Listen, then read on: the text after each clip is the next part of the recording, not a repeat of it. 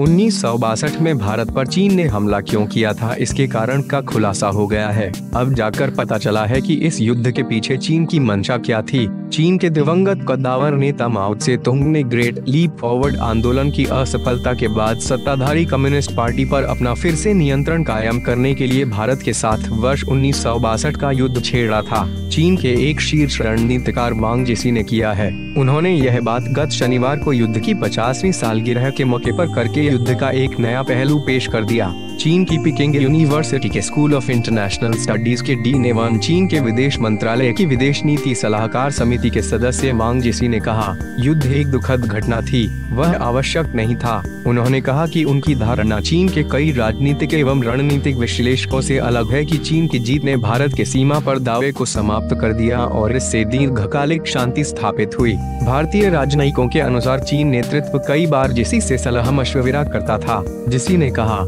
मेरा मानना है कि हमें कुछ अनुसंधान करना चाहिए। मैंने एक किस्सा सुना है कि यह माओ त्से-तुंग के चीन में अपनी स्थिति के भय के चलते था कि उन्होंने वर्ष 1962 युद्ध शुरू किया था। उन्होंने कहा, साल 1962 में ग्रेट लीप फॉरवर्ड GLF के बाद माओ त्से ने सत्ता और प्राधिकार खो दिया। वह अब देश के प्रमुख नहीं थे और वे तथाकथित दूसरी पंक्ति में चले गए। हमें उस समय जो स्पष्टीकरण दिया गया वह यह था कि उनकी क्रांति और अन्य चीजों में अधिक रुचि है। ग्रेट लीप फॉरवर्ड GLF एक जन अभियान था जिसकी शुरुआत माओ त्से-तुंग ने देश को एक कृषि आधारित अर्थव्यवस्था से आधुनिक कम्युनिस्ट समाज में तब्दील करने के लिए चीन की विशाल जनसंख्या का इस्तेमाल करने के लिए किया। यह आंदोलन चीन को बर्बाद करने वाला साबित हुआ क्योंकि लाखों लोग हिंसा की भेंट चढ़ गए। इससे माओ त्से की देश की सत्ताधारी communist party of China CPC के सर्वोच्च नेता के तौर पर स्थिति कमजोर हुई। वांग जिसी ने कहा, स्वाभाविक रूप से उन्होंने माओ त्से ने कई व्यावहारिक मुद्दों पर से नियंत्रण खो दिया, इसलिए वह यह साबित करना चाहते थे कि वे अभी भी सत्ता में हैं, विशेष रूप से सेना का नियंत्रण उनके हाथों में है। इसलिए उन्होंने तिब्बत के कमांडर को बुलाया और झांग से पूछा कि क्या आप इस बात का भरोसा है कि आप भारत के साथ युद्ध जीत सकते हैं। झांग हुआ तिब्बत रेजिमेंट के तत्कालीन PLA कमांडर थे।